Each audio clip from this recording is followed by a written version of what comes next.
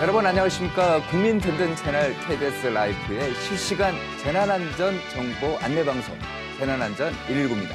저는 KBS 기자 김대홍입니다. 오늘도 중부지방 20도가 넘는 초여름 날씨인데요. 밤부터는 전국에 비 소식도 예보돼 있습니다. 자세한 날씨 KBS 기상캐스터가 전해드립니다. 네, 하늘이 점차 흐려지다가 오늘 밤부터 내일 오후까지 전국에 봄비가 내리겠습니다.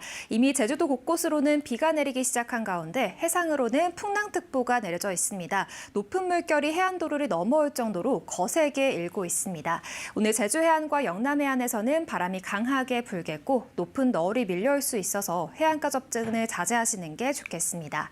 오늘 늦은 오후에 전남과 영남 동해안부터 비가 오기 시작해서 밤에는 전국 대부분 지역으로 확대되겠습니다. 비는 내일 오후면 대부분 그치겠지만 경북 동해안은 내일 저녁까지 이어지겠습니다.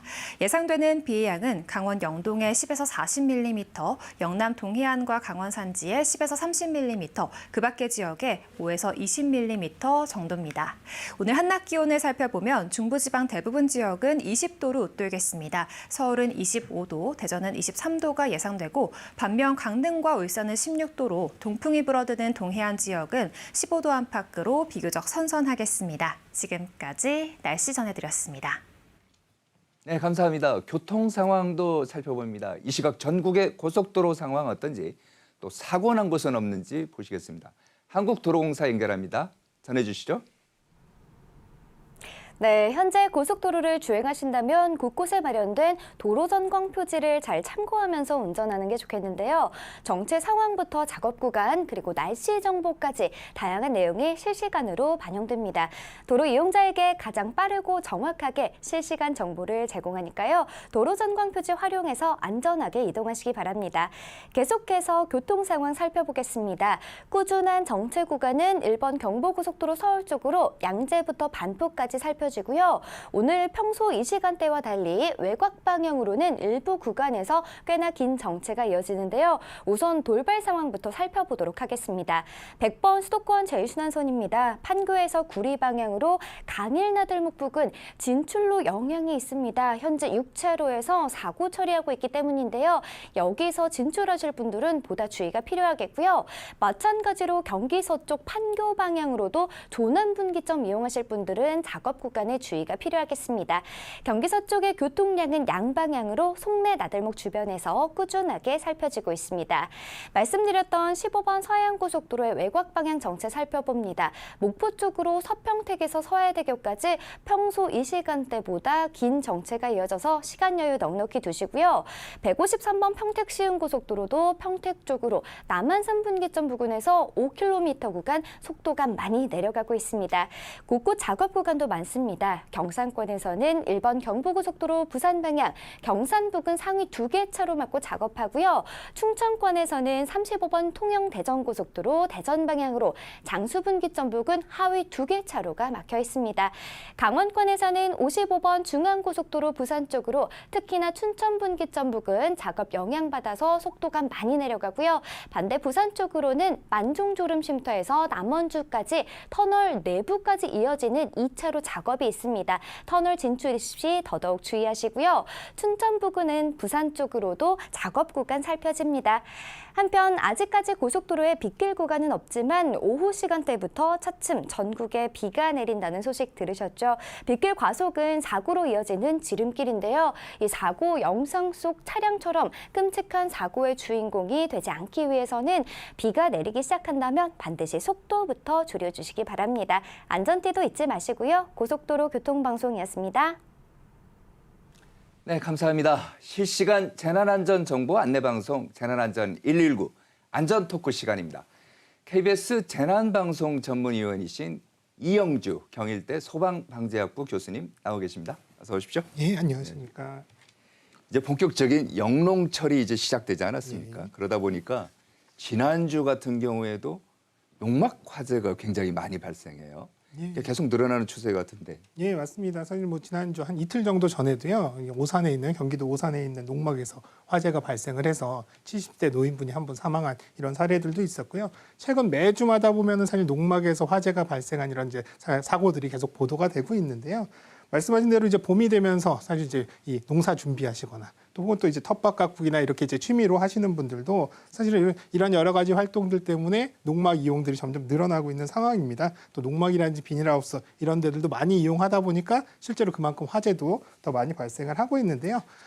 경상북도 소방본부에서 통계를 낸 상황들을 보면 2021년부터 2023년 3개년 동안 총 이런 비닐하우스라든지 농막에서 한 529건의 화재가 발생을 했고요.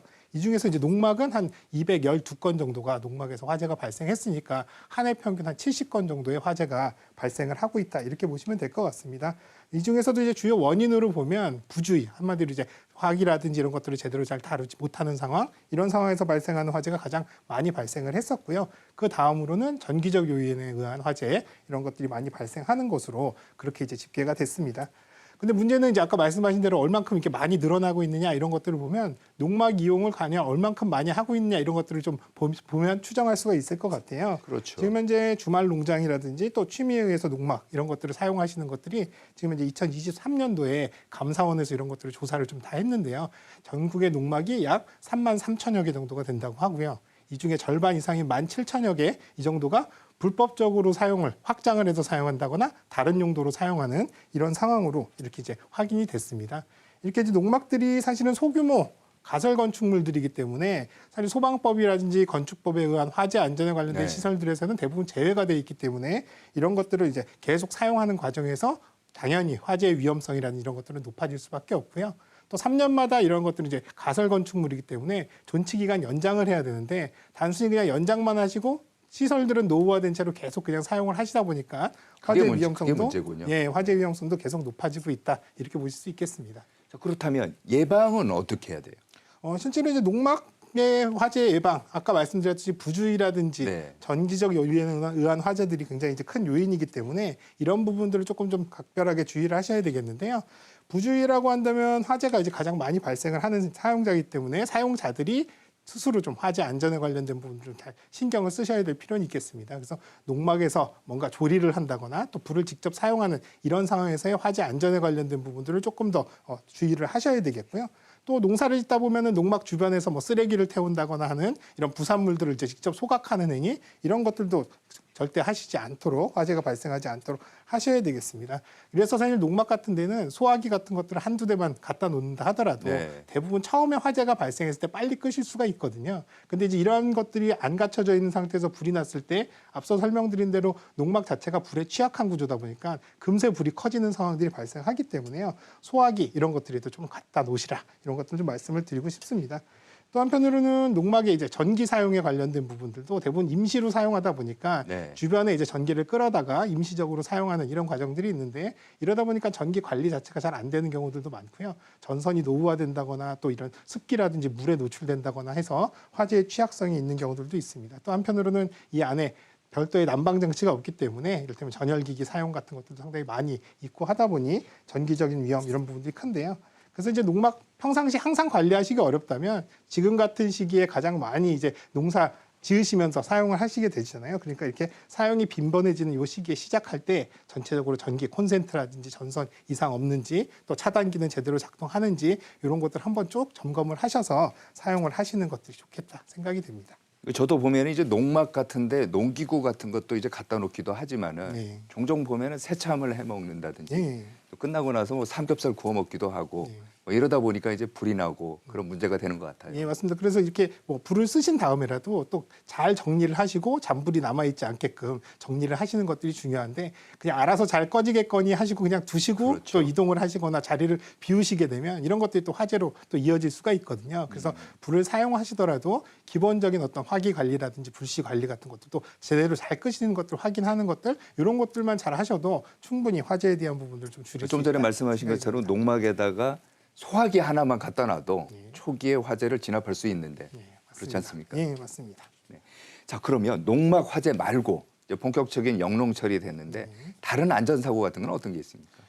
이제 농사를 지시다 보면 농촌에서 굉장히 이제 안전사고들이 사실 도심 지역보다 더 많이 발생들을 하거든요.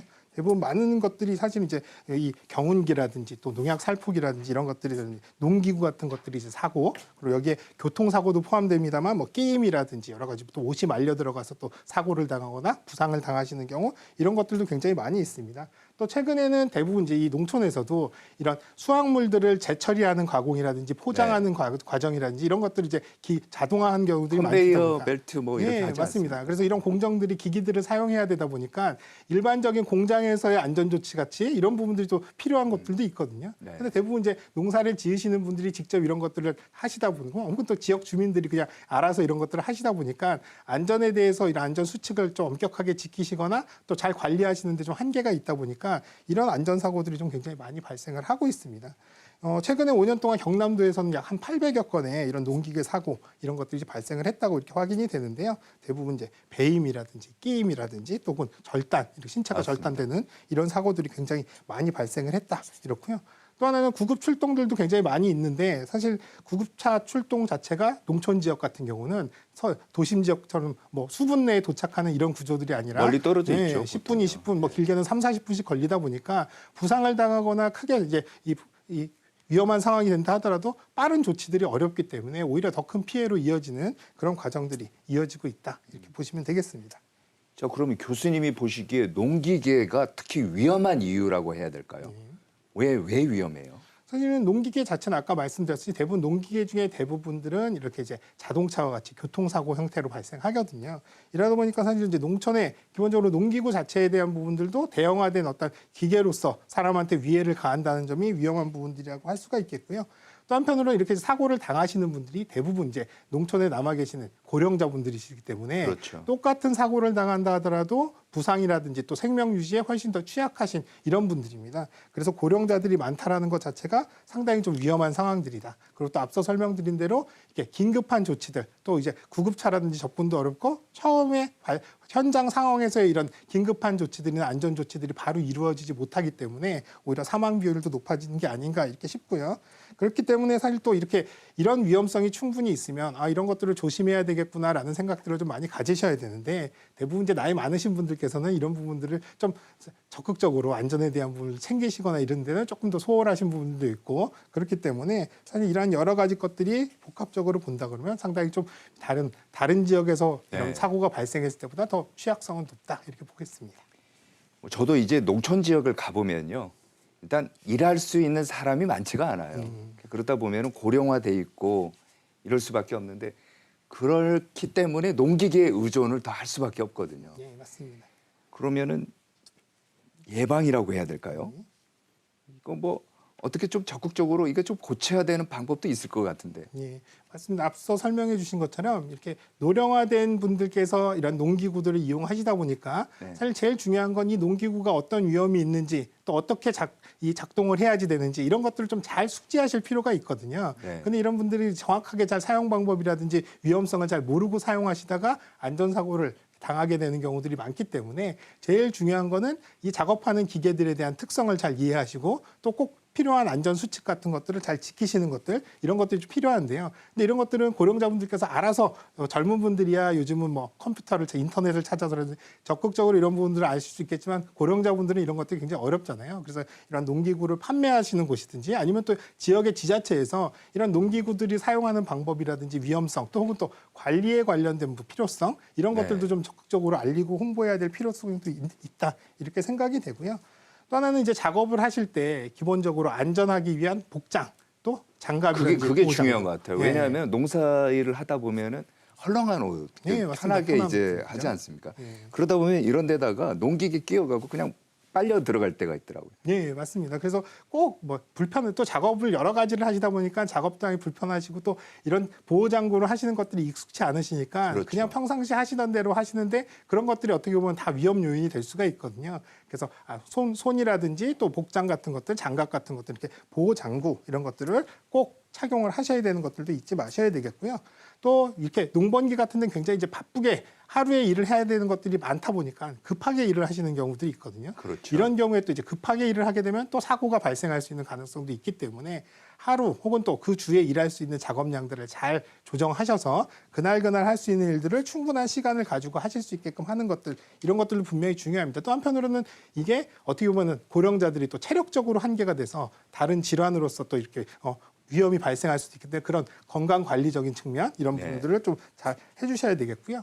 그런 측면에서는 또 휴식도 주기적으로 좀 취하시고 수분이라든지 이런 것들 또 잘 하시는 것들 필요합니다. 또 오늘 아침에 일하러 나간다라고 할 때는 그날 본인들이 컨디션이 어떤지 이런 것들도 한번 좀 체크하셔서 본인 컨디션에 맞는 작업 활동 이런 무리하게 것들도 하지 말아라. 예, 맞습니다. 그런 것들도 필요하고 또 이제 더워지는 시기에 땡볕에 아까 말씀드린 벌써부터 이제 뭐 초여름 날씨처럼 더운데 이런 때도 사실은 땡볕에 나가서 일들을 이제 장시간 하시다 보면 금방 체력이 소진돼서 오히려 이제 위험할 수가 있기 때문에요. 너무 더운 시기에 이렇게 오랫동안 작업하시는 것들은 지양해 주시고요. 중간중간에 휴식하시면서 또 이런 부분들 충분히 보충하시는 것들 필요합니다. 농기계 교통사고 얘기도 좀 해볼게요. 왜냐하면 경운기 같은 거 이렇게 몰고 가다가 교통사고를 당하는데 이 농기계 교통사고가 일반 교통사고보다 치사율이 훨씬 높다고 하던데 예, 맞는 얘기인가요? 예, 맞습니다. 사실 저도 깜짝 놀랐는데요. 실제로 지난 5년 동안 농업기계 또 이를테면 농기구에 관련된 교통사고 사망자가 연평균 한 100명 정도씩 발생을 한다고 합니다. 근데 사실 일반 교통사고의 치사율보다 8배 이상이나 높다고 8배요? 하거든요. 그러니까 똑같이 사고가 난다면 사망할 확률이 그만큼 8배나 높다는 거니까 그만큼 이제 위험하다는 건데요. 이렇게 이제 사실 차량들이 그래서 오히려 더더욱이 농촌에서 농기구에 의한 이런 교통사고 예방이 더 필요한 그런 이유가 되겠습니다.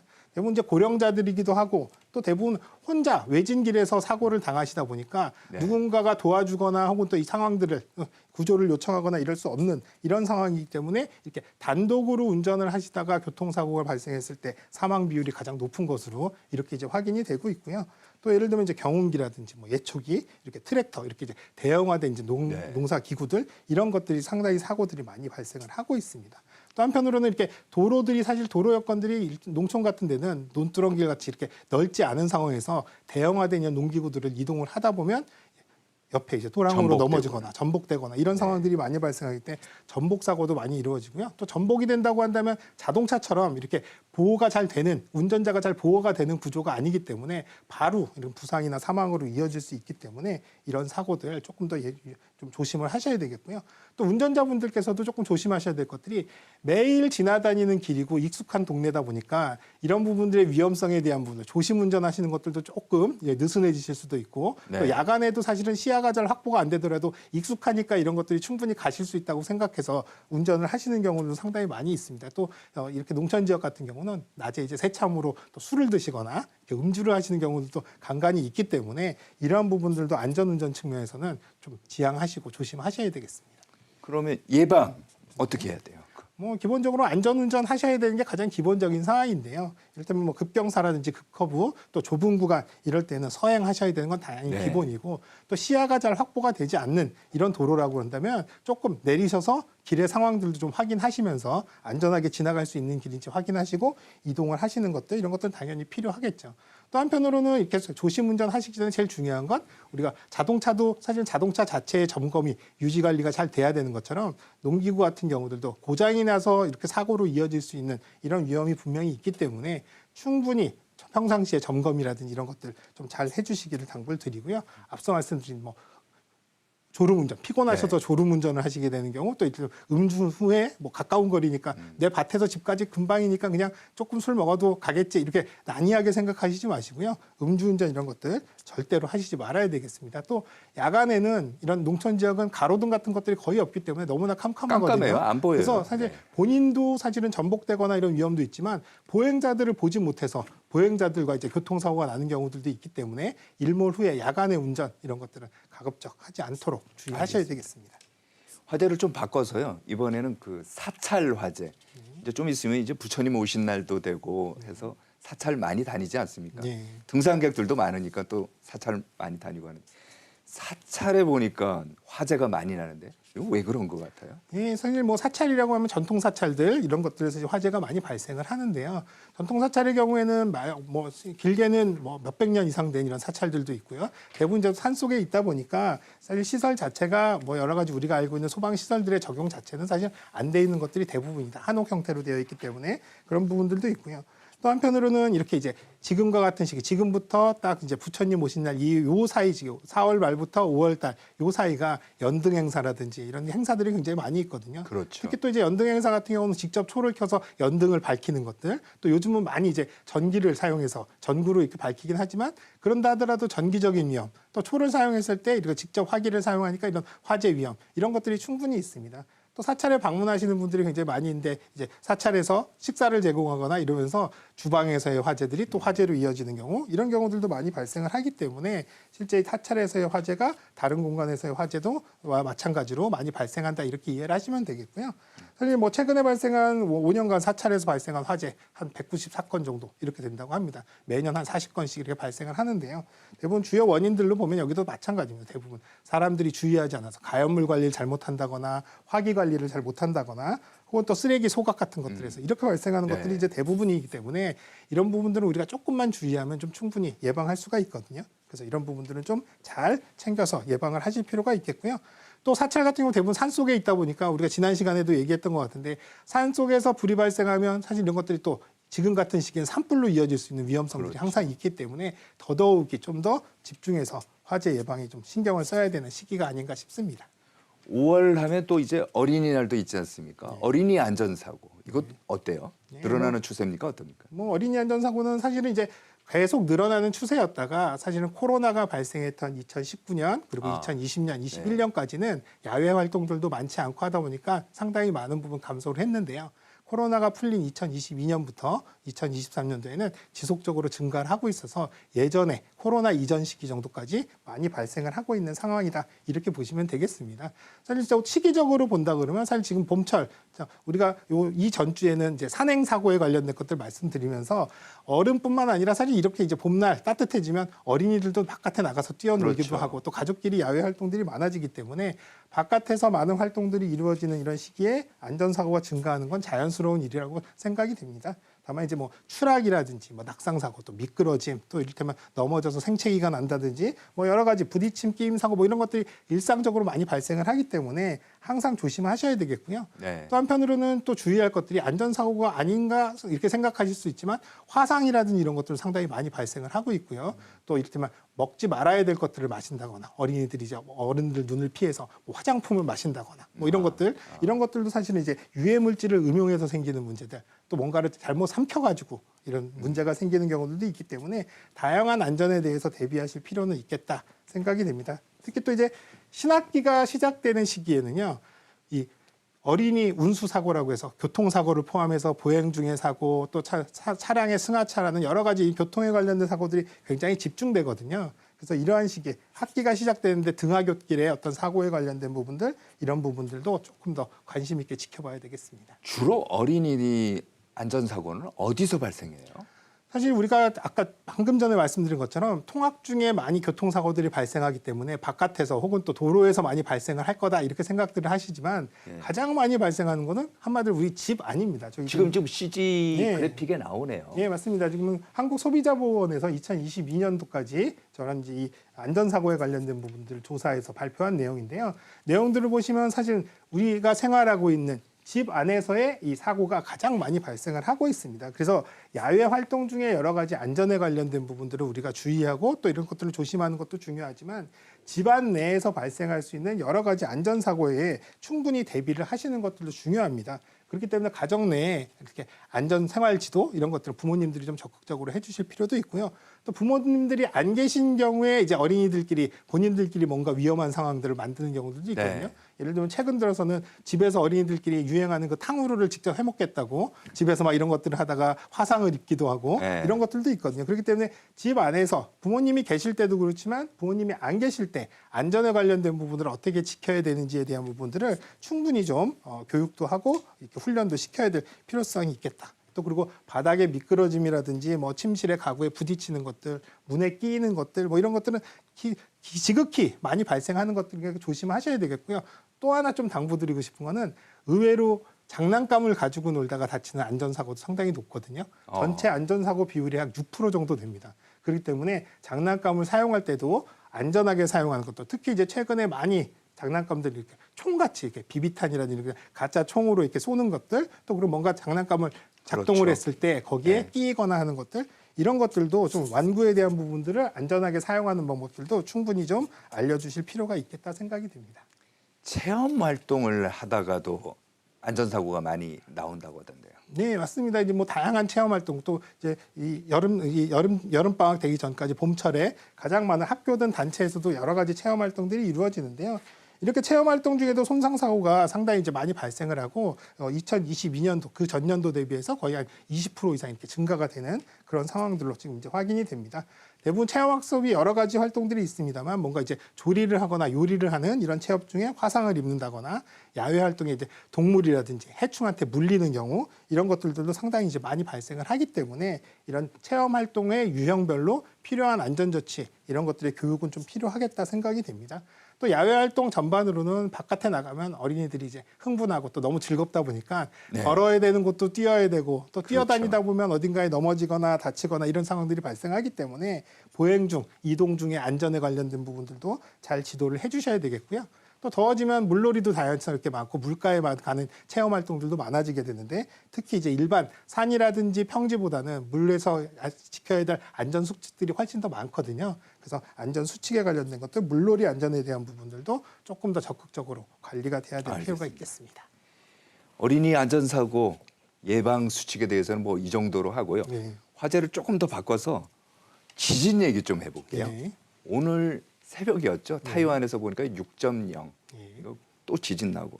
일본에서도 뭐 잊을만 하면 나오는 게 또 지진 소식 아닙니까? 네, 맞습니다.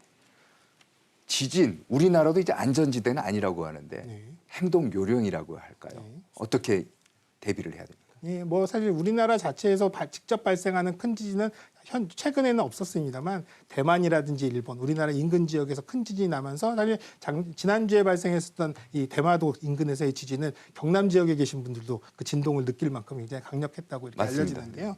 그러다 보니까 사실 우리나라가 그렇게 지진이 많이 나고 위험하다 이렇게 보기는 어렵습니다만, 그럼에도 불구하고 항상 대비를 하고 안전할 수 있는 이런 준비를 해야 된다라는 것들을 좀 말씀드리고 싶고요. 기본적으로 지진이 발생했다. 그래서 내가 집에 있는데 지진이 발생해서 막 흔들린다라고 한다면, 일단 기본적으로는 탁자라든지 혹은 또 침대 밑으로 들어가서 머리를 보호하고 기다리시는 게 가장 중요합니다. 왜냐하면 지진이 발생한 이런 흔들림이 있는 상황에서 대피를 한다는 것 자체는 굉장히 위험할 수 있기 때문에 일단 머리를 보호하는 상태에서 안전한 장소에 숨어 있는다. 그래서 제일 일반적인 것이 탁자라든지 이런 곳에 밑에 들어가 있는 것이고요. 그리고 난 다음에 이제 진동이 멈췄다라고 한다면 바로 또 이동을 하시는 것들도 위험할 수가 있습니다. 왜냐하면 여진이 있을 수도 있고, 또 흔들림에 의해서 뭔가 붕괴라든지 또 이럴 때면 이루어질 수가 있기 때문에, 그런 부분들을 대비하신다 그러면 진동이 멈춘 이후에 한 1, 2분 정도 기다리셨다가 이제 진동이 없구나라고 생각되시면 그때 빨리 신속하게 대피를 하셔야 되는데요. 대피를 하실 때도 가급적이면 집안에 있는 전기라든지 가스 이런 것들은 차단기도 내리고 밸브도 잠궈서 화재라든지 이런 2차 피해가 발생하지 않도록 조치를 해놓으시는 게 좋겠고요. 대피를 하실 때 급하다고 엘리베이터를 타시면 상당히 위험할 수가 있거든요. 왜냐하면 엘리베이터 같은 경우는 진동이 있는 경우에 자동으로 멈추도록 이렇게 되어 있기 때문에 엘리베이터를 타도 사실은 작동을 안 할 수도 있고, 작동을 한다 하더라도 내려가는 중에 이제 진동이 있으면 멈출 수가 있으면 그 안에 갇힐 수가 있거든요. 그렇기 때문에 비상시에는 항상 계단을 이용해서 건물 바깥으로 빨리 빠져나오셔야 된다. 그리고 나오셔서도 건물에 인접해서나 혹은 또 가로등이라든지 또 가로수 이런 쪽에 가급적 없는 도로 한 가운데 쪽이나 건물에 멀리 떨어져서 이동을 하시는 것이 가장 안전하겠다. 그래서 그렇게 이동을 하실 때 지진 대피소라든지 이렇게 지정된 곳으로, 안전한 곳으로 대피를 하시는 것이 바람직하겠습니다. 그러면 지진 해일이라고 하죠. 예. 쓰나미라고 일본말로 뭐 합니다. 지진 해일 같은 경우는 어떻게 해야 돼요? 지진 해일 같은 경우는 약간 이제 지진이랑은 좀 다른 게, 지진은 우리가 어느 순간 갑자기 발생을 합니다만, 지진 해일 같은 경우는 발생을 한 이후에 해일이 언제쯤 우리에 도착할 거다, 해안에 도착할 거다라는 것들이 약간 이제 사전에 인지를 할 수 있기 때문에 예경보 시스템들이 작동을 하거든요. 네. 그래서 이런 이제 해일에 대한 우려, 위험성에 대한 분이 경고가 된다면 그런 상황에서는 바닷가나 혹은 또 이제 바닷가에 인접한 강가 이런 쪽까지 가시면 안 되겠다. 이렇게 좀 이해를 하고 계셔야 되겠고요. 또 혹은 바닷가에 있는데 진동이라든지 이런 것들이 느껴졌다. 갑자기 네. 그렇다고 한다면 해일 피해의 위험성이 있기 때문에 빨리 그곳을 벗어나서 주변에 이제 높은 지역, 언덕이라든지 또 야산 쪽으로 올라가시거나 그러기도 여의치 않다면 가까운 건물의 가장 높은 쪽으로 높은 층으로 이동을 임시적으로 하시는 것이 안전하겠습니다.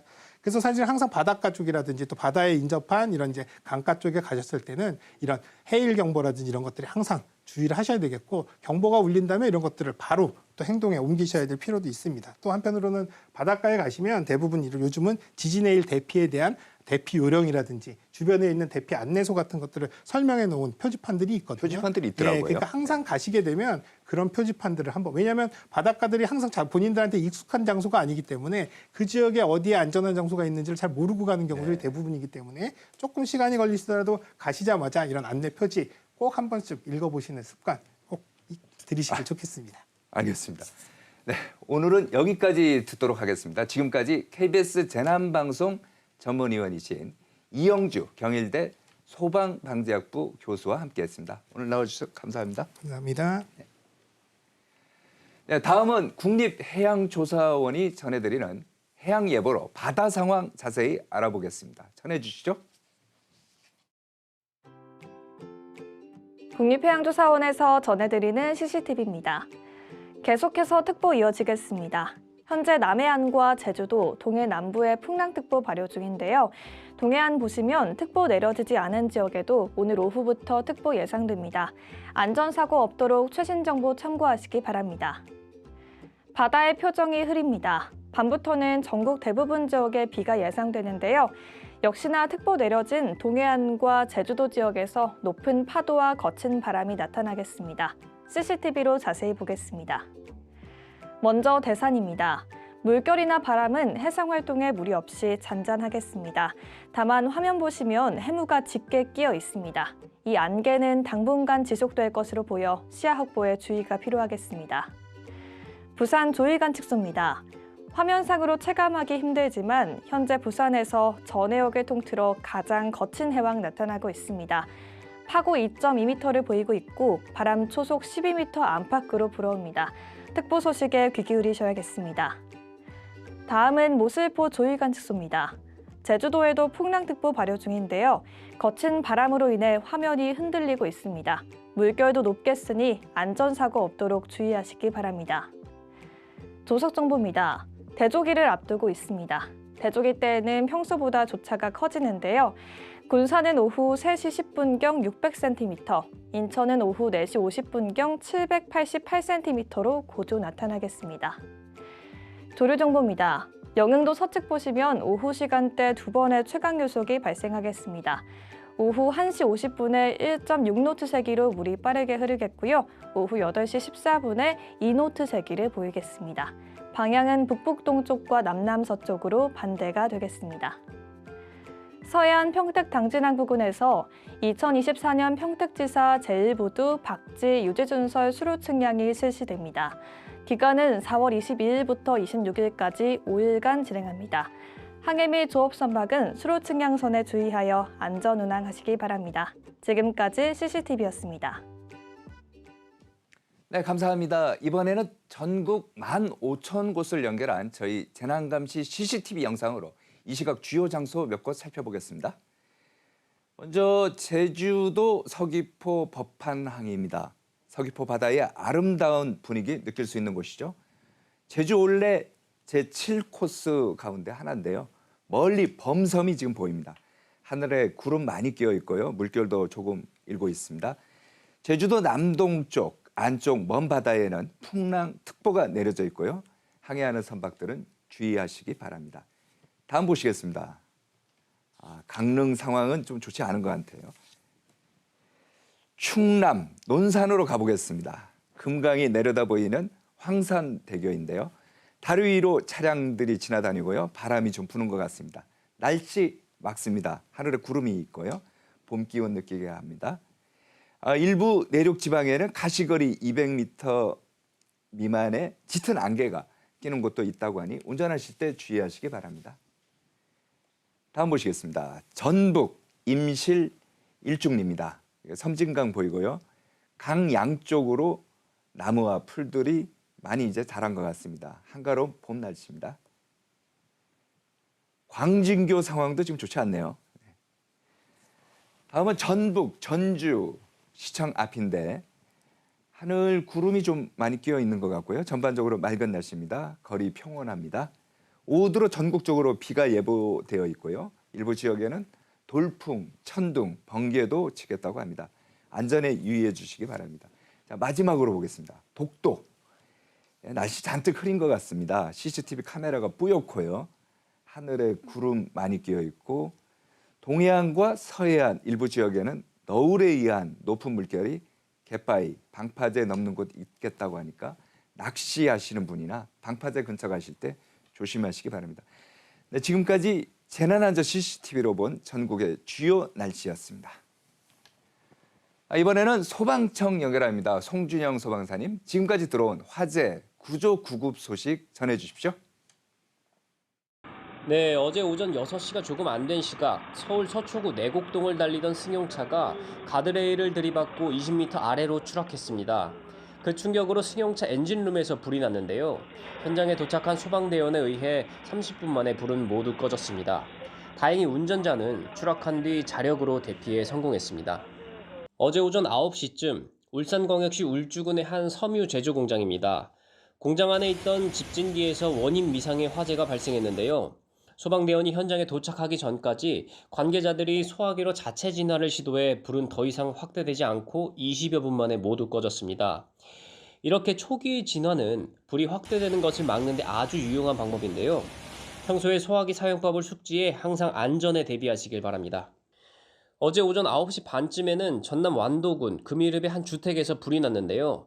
가스레인지에 음식물을 조리하던 중 부주의로 인해 화재가 발생했습니다. 다행히 인명피해는 없었고 정확한 피해 정도는 조사 중입니다. 잠깐의 방심이 큰 화재로 이어질 수도 있으니 가스레인지 등 화기를 사용할 때는 자리를 비우지 않고 주변에 탈 수 있는 물건들은 치우는 등 항상 안전에 유의하시길 당부드립니다. 다음은 119 출동 소식입니다. 어제 아침 7시 반쯤 경기도 고양시 마두역 인근인데요. 시내버스가 인도로 돌진해 신호등과 가로등을 들이받는 사고가 있었습니다. 버스기사는 병원으로 이송 중 심정지가 왔다가 응급처치를 받고 회복했고 버스 탑승객 5명과 보행자 1명도 다쳤습니다. 정확한 사고 경위는 조사 중입니다. 지금까지 소방청에서 전해드렸습니다. 네, 감사합니다. 우리 동네 현장 한나인 순서입니다. 오늘은 경북 김천시 자율방재단장이신 홍순영 단장 연결해서 말씀 들어보겠습니다. 단장님 수고 많으신데요. 우선 저희 시청자분들에게 김천시 자율방재단에 관해 언제 발족했고 또 어떤 분으로 구성되어 있는지 소개해 주십시오. 네, 안녕하십니까. 김천시 자율방재단장 홍순용입니다. 저희 김천시 자율방재단은 2007년 8월 16일에 김천시 자율방재단 조례가 제정됨에 따라 발족되었고 실제 운영은 2008년 1월부터 활동을 시작하여 올해로 17년이 되었습니다. 현재 저희는 22개의 각 읍면동 방재단과 해병 전후회, 장비 지원반 총 24개의 단체로 이루어져 있습니다. 긴급 상황에 대처하기 위하여 비상연락망을 구축하고 바로 현장에 투입 가능한 단체로서 저희는 지역사회에 꼭 필요로 하는 단체로 운영되고 있습니다. 저희 방재단은 각 읍면동에 대해 쏙쏙들이 잘 알고 계시는 이 통장을 역임했던 분들이나 각종 단체에서 활동했던 분들이 주축이 되어 다 함께 열심히 활동하고 있습니다. 네, 홍순영 단장님께서 맡고 계시는 경북 김천시 자율방재단은 그동안 어떤 활동하셨고 특별히 보람된 성과가 있었다면 어떤 게 있었는지 말씀 부탁드립니다. 네, 김천 자율방재단은 재난취약지구 순찰 및 예찰 활동과 더불어 각종 재난 발생 때의 응급 복구 활동 등 시민들의 안전을 위해 다양한 방제 활동을 펼치고 있습니다. 매년 재난 대응 안전 항구 훈련에 참여하고 있으며 최근 약 3년 동안은 코로나19 방역 활동 위주로 활동을 펼쳤고 봄철에는 해빙기 순찰, 산불 예방 계몽 활동과 사천 열차널 활동으로 등산로 입구나 화재에 취약한 지역에 현수막을 개첨하는 등 활동을 했습니다. 여름철에는 실개천 물놀이 위험지구에 집중 관리를 하고 동네의 마을 해관 무더위 쉼터에 방재단 1대1 매칭 프로그램을 통하여 단원 1명이 두세 개의 무더위 쉼터 담당자로 지정하여 관리하도록 하고 있습니다. 수해 복구 활동도 하는데 지난해 여름 김천시 정산면의 비 피해로 인해 완파된 주민들을 위해 우리 단원들이 긴급 투입되어 복구 작업과 가재 도구 정리 등 피지땀을 흘리기도 하고 포항시와 문경시 수해 복구 작업에도 참여를 했습니다. 가을철이면 겨울을 대비하여 산불 예방과 마을 해관 난방기구 체크를 하고 겨울철에는 비탈길 제설 작업, 모래 적사장 관리, 내 골목길 눈치우 계몽 활동 등 공적 영향이 미치지 못하는 곳까지 구석구석 철저히 관리해서 한 건의 사고도 나지 않도록 철저히 예방을 하는 등 활발히 활동을 하고 있는 단체입니다. 또 올해 상반기에는 소방학교에서 심폐소생술 및 화재 시 안전하게 대피하는 요령 등 각종 교육들을 수료해서 재난 상황에 대한 이해도를 높이고 계속해서 대응 능력을 강화시키고 있습니다. 네, 그동안 성과도 눈부시고 아주 보람된 일 많이 하고 계신데 기억에 남는 활동 가운데 가장 어려웠던 일은 무엇인가요? 네, 작년에 경북 지역에서 발생한 대형 수해로 인해 문경시와 포항시에 복구 작업을 지원하기 위하여 나갔었습니다. 그때는 무더운 날씨와 열악한 환경 속에서 작업을 하느라 탈수 증세를 보인 단원도 있었습니다. 하지만 수해를 입은 수재민들을 생각하면 마음이 아프기에 더욱 열심히 작업을 임했던 생각이 기억이 납니다. 특히 문경시에 갔을 때는 도자기 공방을 운영하는 수재민 집에 도움을 주러 갔었는데 그분이 열심히 만든 도자기가 모두 유실되고 살고 있던 마을의 다리도 붕괴되어 큰 어려움을 겪고 있었습니다. 그때 우리 장비지원반에서 굴삭기 2대를 이용하여 긴급 복구를 돕고 다른 단원들도 열심히 복구 활동을 도와서 수재민이 감사 인사를 전하며 눈물을 흘리는 모습이 참 기억에 남습니다. 문경시장님으로부터 받은 서한문도 잊을 수가 없습니다. 이 활동은 몸과 마음이 힘은 들었지만 굉장히 뿌듯한 경험이었습니다. 이 자리를 빌어 수해 복구 작업에 참여해 주신 모든 단원 여러분께 감사드리며 앞으로도 함께 힘을 모아 더 많은 분들에게 도움을 줄 수 있기를 바랍니다. 네, 아주 노고들이 이제 크신데요. 요즘은 주로 어떤 활동을 하시고 오늘 어떤 활동 하셨습니까? 네, 이제 봄이 지나가고 초여름이 다가오고 있습니다. 저희 방재단 1대1 매칭 프로그램을 통해 여름철 무더위 쉼터에 방재단원들을 지정하여 관리하고 있는데요. 오늘은 방재단원들이 담당하고 있는 무더위 쉼터를 몇 군데 지정 방문하여 어르신들을 만나고 현장을 살펴보았습니다. 이러한 방재단의 활동이 더욱 원활하고 안정적으로 이루어질 수 있도록 계속 노력하고 있습니다. 네, 이렇게 자발적으로 봉사를 하는 게 쉬운 일이 아닌데 특히 자치단체 김천시에 특별히 하시고 싶은 말씀 있으신가요? 네, 김천시청 안전재난과에서 감사하게도 많은 지원을 받고는 있지만 아직도 미흡한 부분들이 있어 운영에 어려움을 겪는 부분이 있습니다. 시와 원만하게 조율하여 예산 등 여러 가지를 논의하여 문제를 원만하게 잘 해결해 나갈 수 있도록 노력하겠습니다. 네, 앞으로 계획도 설명해 주시고 김천 시민분들께 특별히 당부하시고 싶은 말씀이 있다면 어떤 게 있을까요?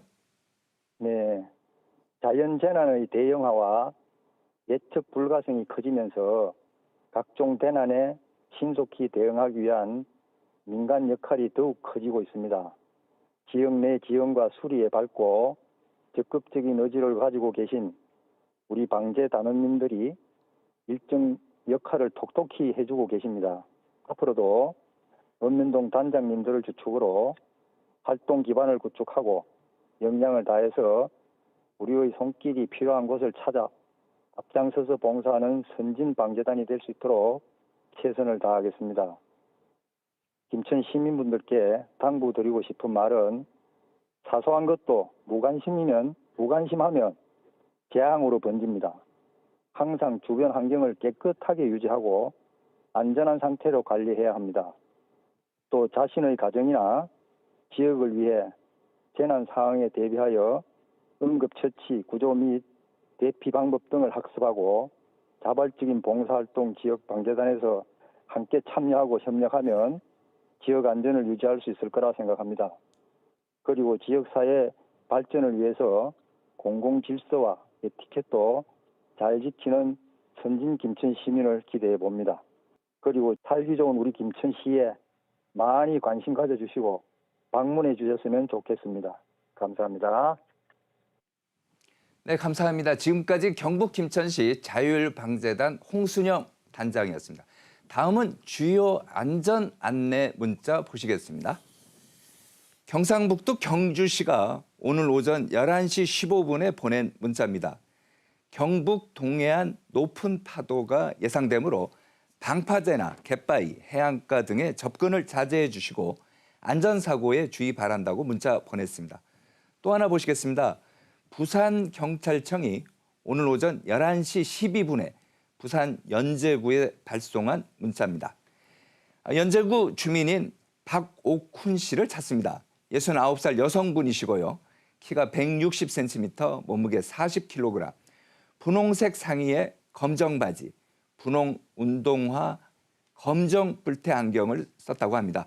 문의는 182번으로 연락 주시기 바랍니다.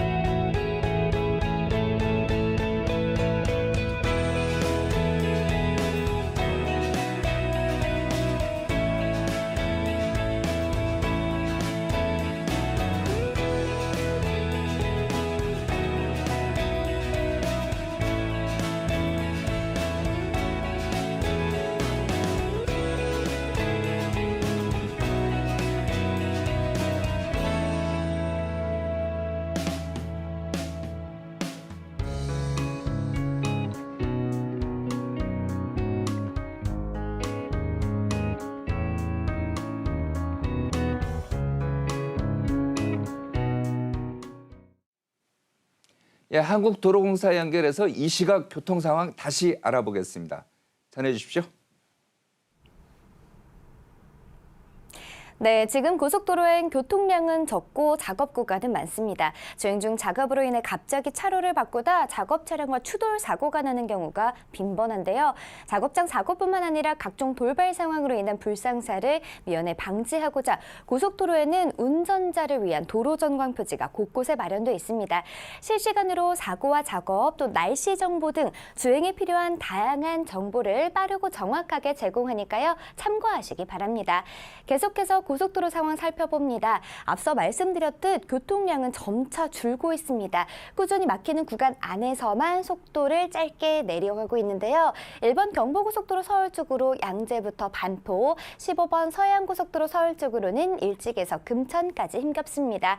작업 구간도 계속되고 있습니다. 55번 중앙고속도로 춘천 방향, 춘천 분기점에서 원창터널까지 1차로 막고 작업하고 있습니다. 터널 내부는 물론 빠져나올 때까지도 1차로가 막혀있기 때문에 진출입 시 조금 더 주의 운전이 필요하겠고요. 이 구간은 반대 부산 쪽으로도 양방향으로 작업하고 있어서 주의 운전이 필요합니다. 부산 방향으로는 더 가서 만송졸음쉼터에서 남원주 나들목까지도 2차로 막고 작업하면서 막혔다 풀렸다 반복하고 있습니다. 100번 수도권 제2순환선 구리에서 판교 쪽으로 가신다면 성남요금소 부근 사고 났습니다. 사고 지점이 상당히 혼잡해 보이는데요. 이 구간에서 진출하실 분들 조금 더 주의 운전이 필요하겠습니다. 특히나 요금소 진입을 목전에 두고 이렇게나 속도가 많이 내려가고 있으니까요. 시간 여유 넉넉히 두시고 차로 변경해 주시기 바랍니다. 경기 서쪽으로 이동해 보면 판교 쪽으로 서운부터 송내까지 4km 구간 힘겹게 통과합니다. 한편 50번 영동고속도로 이제는 양방향 소통 원활한데요. 다만 강릉 쪽 마성 부근 작업합니다. 마지막으로 사고 영상 살펴봅니다. 빗길 과속으로 인한 사고였는데요. 사고 차량이 매우 심하게 파손되어 있습니다. 노면이 젖어 있을 때에는 아주 조금만 속도를 올려도 이렇게 미끄럼 사고로 이어질 수 있는데요.